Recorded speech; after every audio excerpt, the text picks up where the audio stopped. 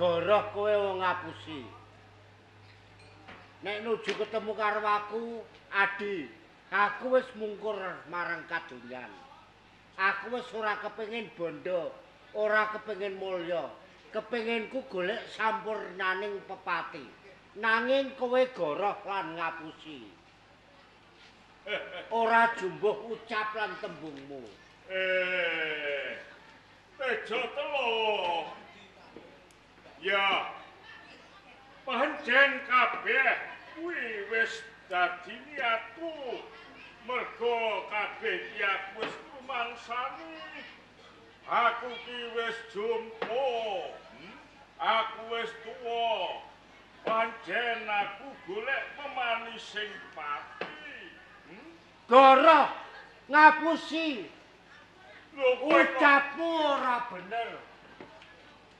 Konjur kowe bisa kandha sing kaya ngono kanthi dasar apa, Kabeh wong urip ing plataraning jagat raya kepingine duwe bondo donya, duwe derajat, duwe pangkat.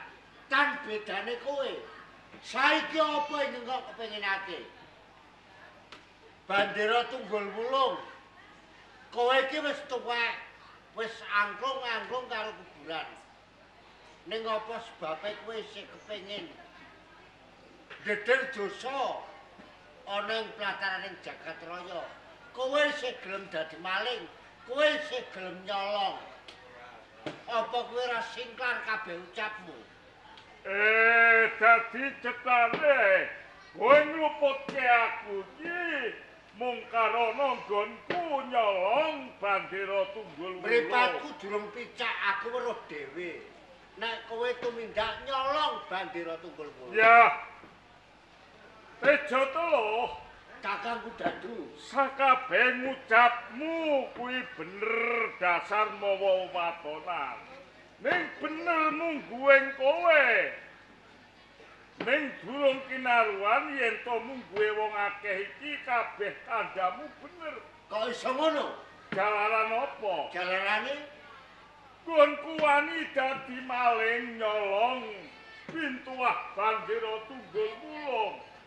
Mestine kowe dhewe lak yo ngerti. Pintuah tunggul wulung iki maune darbeke sapa? Pintuah tunggul wulung iki pusaka lambang kajayaning Singasari. Kagungane Sang Prabu Kertanegara. Yo mergo Singasari brubuh banjur pintuah bandera tunggul wulung lambang kajayan Singasari jur kaboyong dening Adipati Jayakatwang ing Kediri. nanging nek kowe ora dinarani wong kang kaslak, muluk bareng kang durung melok. Apa sebabe kowe wis tuwek? Layapan ing kanthil pawungon ing pelanggan kowe nyolong wujuding bandera tunggul wulung. Nah, yen kowe durung ngerti, tak wenehi ngerti Tejo telu. Apa sebabe nganti aku wis tuwa, nganti tak rewangi aku gelem dadi maling nyolong pintuah tunggul wulung. Pancen ing ujug aku kepengin balekake kajayan ana ing Praja Singasari. Mokal sengara kowe bisa. Kowe mung pawadamu, kowe mung ucapmu. Ora kaya ngono sing ndak karepake. Mergo kabeh para pinisepuh ing Praja Singasari, para wiku kang gentur tapane, para sarjana sarjananing putih kabeh wis nyecakake. Menawa ing bisuke kang bisa mbalekake kajayan ing Praja Singasari iki ora liya Pangeran Dian Wijaya. Mula senajan Singasari saiki wis brubuh rata dadi lemah, aku isih budidaya sing supaya mengko Singasari iki bisa bali. Kakangku Dadu, kowe iki wis tuwa ora usah miloro karo raga. Kok Menawi tengah wengi kowe kelayapan mung bethike nyelametake Bandira Tunggul Wulung. Saiki ngene wae. Kowe bali ning omah mung tengok-tengok ngenteni kabar saka aku. Bandira Tunggul Wulung menehke aku, nek wis lakon aku nampa kamukten. Mbah kuwi sak pertelone, mbah seprapate nganti separone bakal tak wenehke marang kowe. Lah iki apa? Nah, piye? Jeneng menungso sing ora ngerti bebudening liyan kowe. Bejo telo. Mestine jeneng wong urip iki kudu duwe rasa lan rumangsa. Kowe kudu ngelingi sapa to? Resi Tejo Telo. Kowe iki wong bengkanane, Kowe iki menungso sing saka negara Kapilawastu. Kowe ngejawa wis bejo-bejaning uripmu nalika semono. Kowe iki didadekke parampara ing Singasari. Kowe lan aku padha-padha dadi parampara ing Praja Singasari. Sumpahe awake dhewe iki padha ngugemi marang awake dhewe ana ngersani Sang Prabu Kertanegara. Iki bebasan ditata nyawa lho entek-entekane. Bareng perang Kediri lan Singasari. Lho kowe kok ora mbalui wong-wong Singasari, ning kowe kok balui kelawan Jayakatwang, Kakang Kudadu, ana apa? sinau marang kahanan dina saiki. Alam saiki. Sapa wong kang gelem laku jujur? Kuwi ora mujur ning malah kapara bakar rajur. Wong jagat iki padha rebutan kepengin enak, kepenak mukti ngawibawa. Mula tan bedane aku urip sakmono suwene. Durung nate aku nyamake rasa kanikmataning donya. Saiki aku kepengin mulya, disanjung, diajeni dening wong liya. Karana aku ngepenginake Bandira Tunggul. Dadi kaya ngono ya. Pancen bener. Jeneng menungso urip iki sing digolek iki urip sing enak lan kepenak. Ning ya kudu dalane kuwi kanthi sarana dalan sing bener. Ora njur kaya kowe kuwi mangan samu barang apa-apa. Ning mulyamu iki kanthi ancik-ancik bangkening kancamu iki ora bener. Sing wigati urip ning donya bisa mulya. Mbah carane aku bisa mulya lan utama. Tejo Telo, Kakang Kudadu. mbok menawa ana ing jagat isih ana menungso kaya kowe iki ora bakal tentrem uripe kabeh para kawula. Mula senajan dikaya ngapa, yen kowe njaluk baline pintuah Bandira Tunggul Wulung ora bakal tak jaluk. Yen tak kukuwi arep apa? Tak rebut. Senajan aku wis tuwa, bebasan mlaku ora jejeg yen ora dituak nganggo teken. Ning yen ngadepi mung sak dapurmu aku ora bakal. Aja sumakian Kakang Kudadu. Ayo. Kena kowe ngrebut Bandira Tunggul Wulung yen wis bisa nglantahi wangke kowe.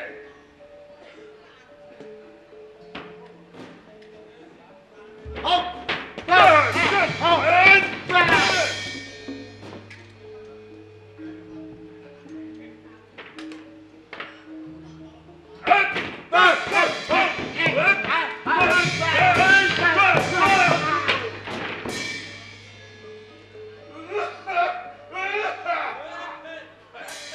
Wes, kae tak gawane, kowe ora tak gawe piloro. Katimbang ragamu kasiksa. Pak entengke patiku timbang aku masake Bandira. Saiki ora wangun nek kowe njut tanding karo aku adu jotos jinotos. Jur karuan apa? Adu jaya kawijayan. ngono. Ayo, yen pancen kowe duwe jimat kemat, duwe aji tamake. Ono diadani ku diajuwe.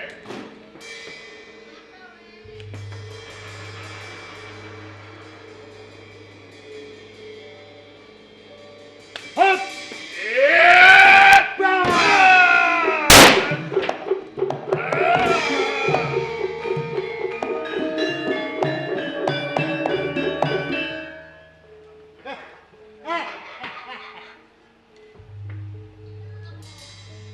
Tak kandhani apa kowe Dadu? Kowe nek tanding karo aku. Lila kowe masrahke Tunggul Wulung. Kowe ora babak belur, babak bundak.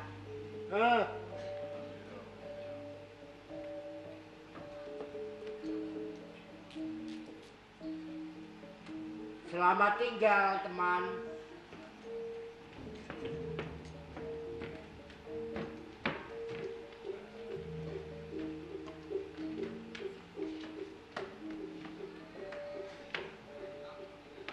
Yen saka rumangsaku Bapak Guru iki wis tekan kene.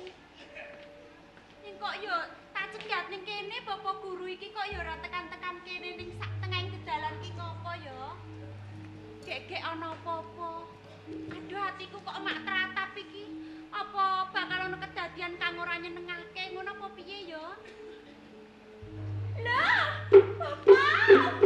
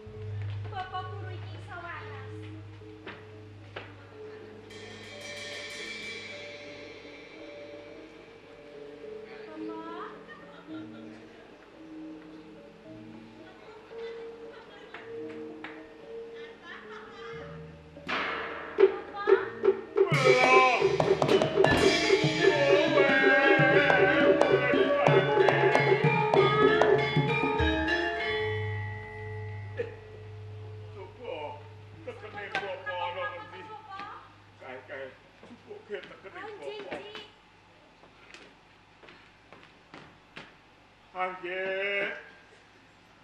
Jenengan kenging menapa to, Bapak? Ya.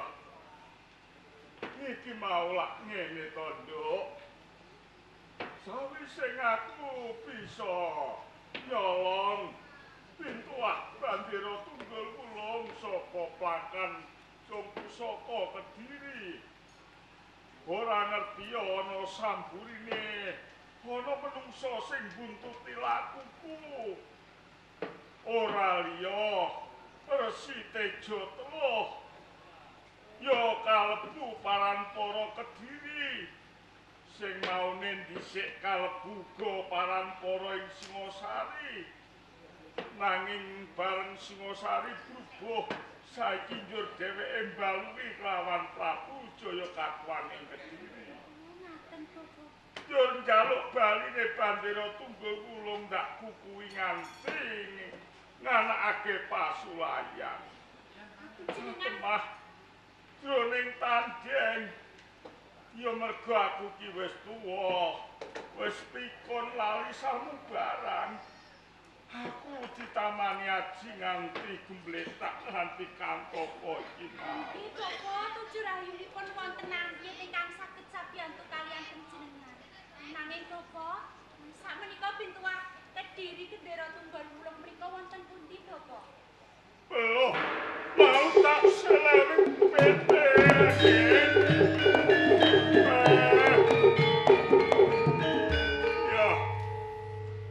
Ya mergo saka tumindak ing Resi Tejo Teluh menawa ing kalungguhan iki bandera Tunggul Wulung iki digawa kelawan Resi Tejo Teluh. bab kuwi ora susah dipikirake mengko aku sing bakal bisa mbudidaya. Mung wae ngene ya Anggit. Injih kula Bapak. Ya aku ora ngilang-ilangake marang lelabuhanmu tumrap Guru. Umpama iki mau ora ana kowe mbok menawa aku wis tumeka pati saka tanganing Resi Tejo Teluh. Sampun ngaten to Bapak, menika rak sampun dados kewajibaning kula. Panjenengan saged waras kemawon kula sampun seneng. Kula mboten kicalan kalian panjenengan. Kula mboten melekaken sesulih menapa kok Bapak. Anggit, ya senajan kepiye wae aku wis kepotangan budi sing luwih dening gedhe kelawan sira Anggit. Senajan kowe iki muridku ning nyatane nggonmu tansah setya bekti lan setya tuhu kelawan Guru. Aku kaya-kaya ora bisa nglalekake marang sekabeh lelabuhanmu tumrap aku ya Anggit. Saiki ngene wae. Rening kowe iki muridku. Ndak sawang kowe iki uga wis dewasa. Umpama kowe iki winengku dening priya, se omah-omah ngono wis patut. Lah saka karepku Anggit, kangge ngraketake nggoning padha kekeluargaan seduluran aja nganti mengkone kowe pisah karo aku. Rening aku ki uga duwe anak lanang kenaran si Lembu Tirta. Umpama mengkone Roro Anggit iki tak pek mantu dhewe, kowe ndak jodokke karo si Lembu Tirta ngono kepiye Anggit? Panjenengan saestu Bapak, panjenengan saestu. Iya, iki lae batin. Aku kepengen duwe mantu kowe Anggit. Bapak Guru, nawi to ngendikan panjenengan menika nggih kula menika boten saged nampik dawuh panjenengan. Neng, kowe lak ya wis tresna to, se kowe seneng atimu. Umpama kowe tak jodokke karo anakku, ya Kang Masmu Lembu Tirta. Bapak, sejatosipun kula menika sampun dangu sanget anggen kula nandur tresna kalian Kakang Lembu Tirta. Menika mapan kebenaran menawi to panjenengan menika dawuh menawi to kula badhe dipun jodohaken kalian Kakang Lembu Tirta, Bapak. Ngono kowe ya gelem ya, Nduk. Bapak. Aduh, burung kelakon wae wis rumangsa marem jroning ati. Nanging Bapak, ingkang kula kuwatosaken menika menapa Kakang Lembu Tirta saged nampi kalian kula, Bapak. Wes, aja kuwatir. Aja darbe wasumelan. Yen perkara si Lembu Tirta mengko lak ana aku, angger aku sing kandha kelawan Lembu Tirta dheweke wis ora wani manjahi apa sing dadi kandhaku ngono. Panjenengan ingkang badhe negoaken, Bapak. Iya. Ning Anggit, ya sadurunge kowe kudu sing sabar luwih dhisik. Jalaran apa? Lembu Tirta dina saiki lagi wae dheweke lunga ninggalake saka ing Kudadu, mung saperlu lunga ning kutha raja golek pegawean. Dadi mengko yen wis dulurmu Lembu Tirta bali, mengko kowe cedhak kelawan kakangmu Lembu Tirta. Kowe kandha apa anane ya? Bloko kalian Kakang Lembu Tirta. Wes bloko wae. Ana ngarepe Lembu Tirta, mesti dheweke bakal nampa marang sekatresnamu. Mugi ngaten sih, Bapak. Prayogane ayo saiki bali luwih dhisik ya, Nduk. Ayo ayo.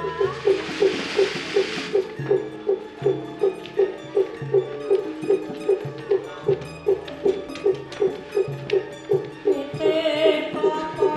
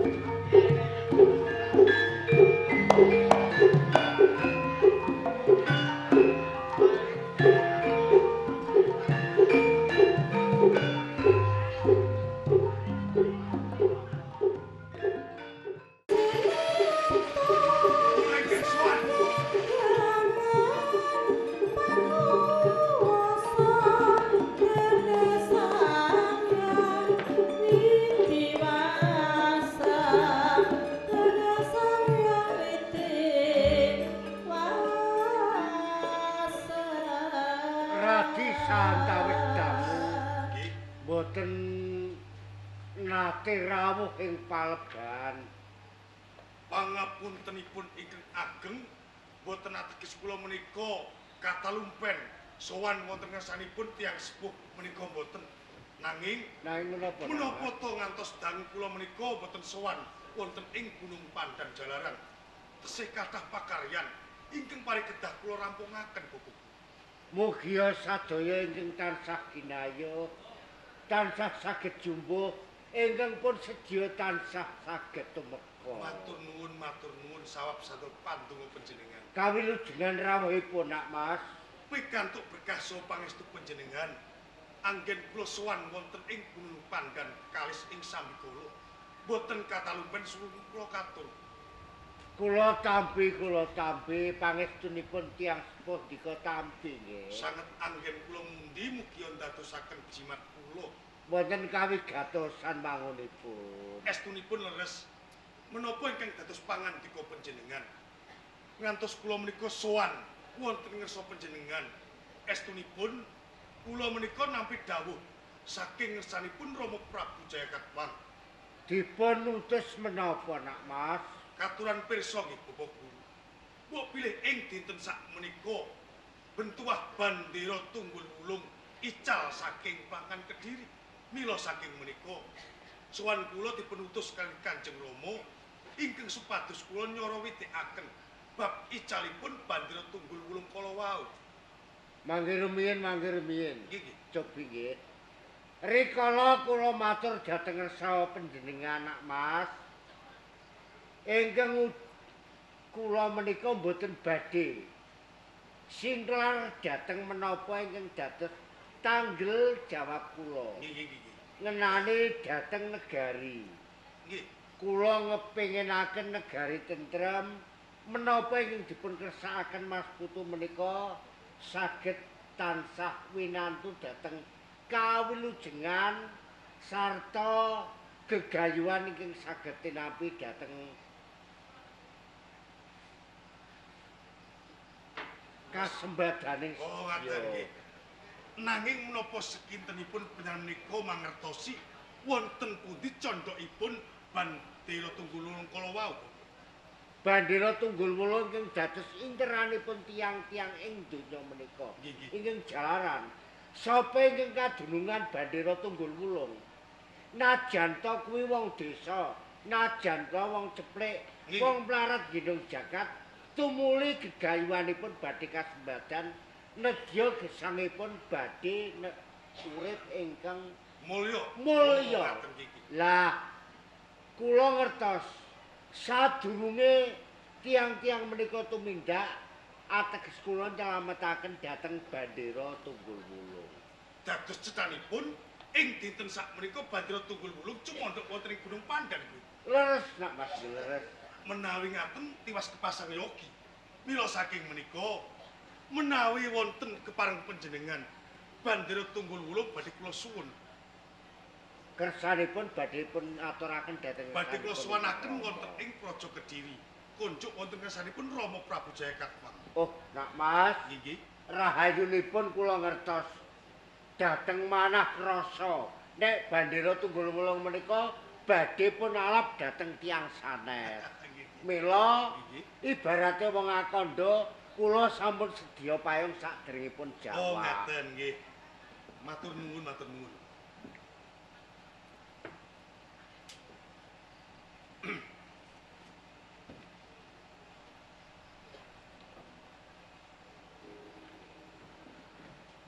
Lho, Nak Mas. Ari ingkang sampun kelampahan kula saged nyelametaken. Namung benjang ingkang atos-atos. Aja mung cukup percaya aturing kawula ingkang tanggel jawab. Sadaya menika dapur kasunyatan. Guru, rening sampun ageng labuh abet panjenengan tumrap negari wonten ing Kraton Kediri. Bab perkawis menika perlu kula badhe matur wonten ngersanipun Rama Prabu ingkang supados ing mangkenipun panjenengan saged nampi kanugrahan. Ora sah repot-repot, Nak Mas. Perkara ganjaran lelabuhan kula menika sampun dados tanggel jawabe wong tuwa. menawi ngaten luhur estu bebuten panjenengan. Pramila saking menika Guru, reh ning Bandara Tunggul Wulung menika sampun dumawah wonten tangan kula. Kula badhe nyuwun pamit wangsul wonten ing kraton. Ing atas-atas sakunduripun ing margi. Nderekaken sedaya distorake.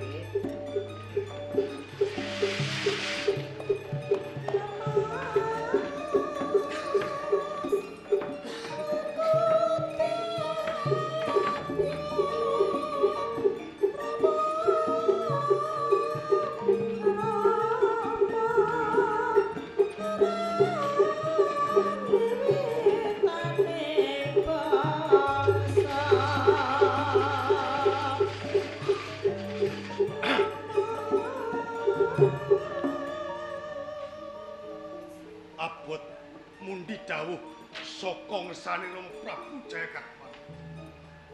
Teng supaya aku nyorawitake bab ilangi Bandara Tunggul Wulung ana ing Gunung Pandan.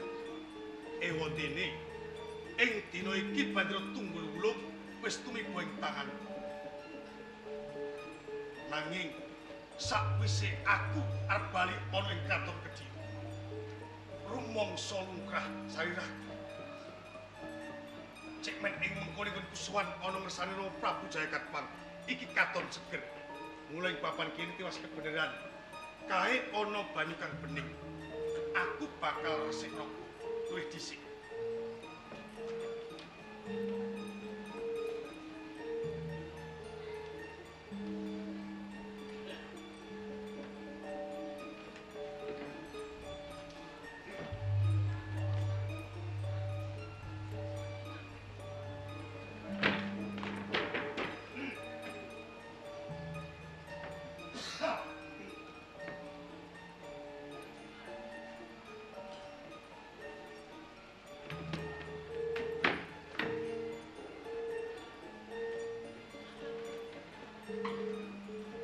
Saiki rumangsa seger sariraku.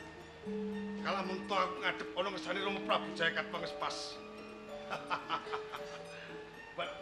Belum. Bandara Tunggul Wulung ilang. Sopo menungso sing nyidra anane Bandara Tunggul Wulung keparang. Hei. Hei! Raja! Sopo? Salok kelangan kowe. Iki Bandara Tunggul Wulung wis ana tanganku. Yen pancen kowe ngepirake baline Bandara Tunggul Wulung.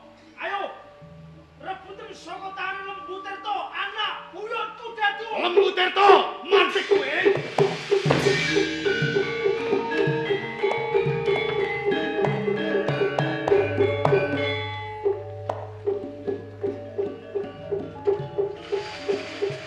Oi, boleh.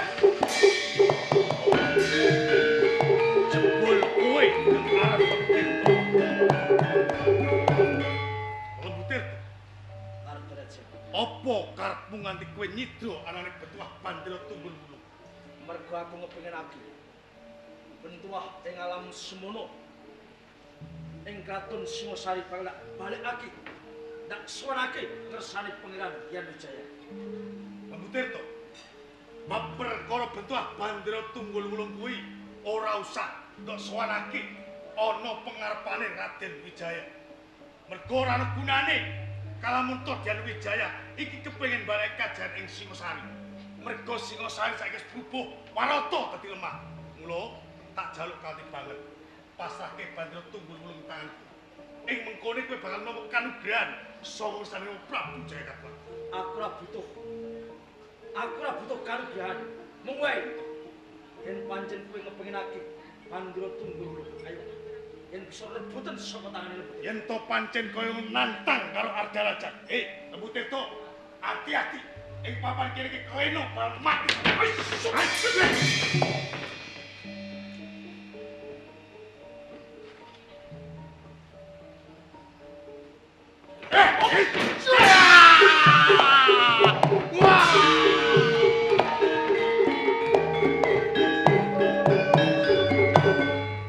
Bandara Tunggul Wulung dadi rebutaning wong-wong kang darbe tumendak culika. Kowe becik tak slametake. kowe bisa tak selamatake supaya direksa kelawan Bopo buyut kudadu. Bopo, kula ing kesuwan.